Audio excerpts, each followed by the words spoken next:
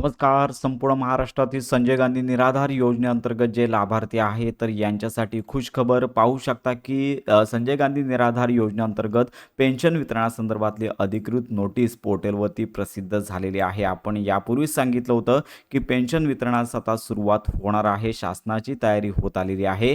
तर यामध्ये पाहू शकता, की आपणास सूचित करण्यात येते, की डी प्रणालीद्वारे दिनांक 11 मे 2026 रोजी दुपारी 12 वाजल्यापासून 11 मे रात्री लक्षात घ्या 9 वाजेपर्यंत पोर्टलवरील फक्त दिव्यांग लाभार्थ्यांचे लाभ वितरण करण्याची कारवाई करण्यात येणार असून सदर कालावधीत पोर्टल सक्रिय राहणार नाही. तर सध्या तरी लक्षात घ्या संपूर्ण महाराष्ट्रामध्ये दिव्यांग लाभार्थी आहेत, तर यांच्या पेन्शन वितरणाची अपडेट येथे आलेली आहे. म्हणजेच आज रात्री 9 वाजेपर्यंत डी-बी-टीद्वारे पेन्शन लाभ वितरणाची प्रोसेस चालू राहणार आहे. याच्यामध्ये आपण कालच सांगितलं होतं, की साधारणतः संपूर्ण महाराष्ट्रामध्ये 50% पेक्षा जास्त दिव्यांग लाभार्थी आहेत. यांना फेब्रुवारी, मार्च आणि एप्रिल या 3 महिन्यांपासून पेन्शन आली नव्हती. यांची पेन्शन वितरित होणार आहे, की केवळ मे महिन्याची पेन्शन वितरित होणार आहे? तर या संदर्भात देखील आपण संपूर्ण आणि सविस्तर माहिती देणार आहोत. आणि याचबरोबर फक्त दिव्यांग लाभार्थ्यांना उद्यापासून ही पेन्शन आहे ती वितरित होणार आहे आणि 2,500 रुपयांची पेन्शन आहे ती वितरित होणार आहे.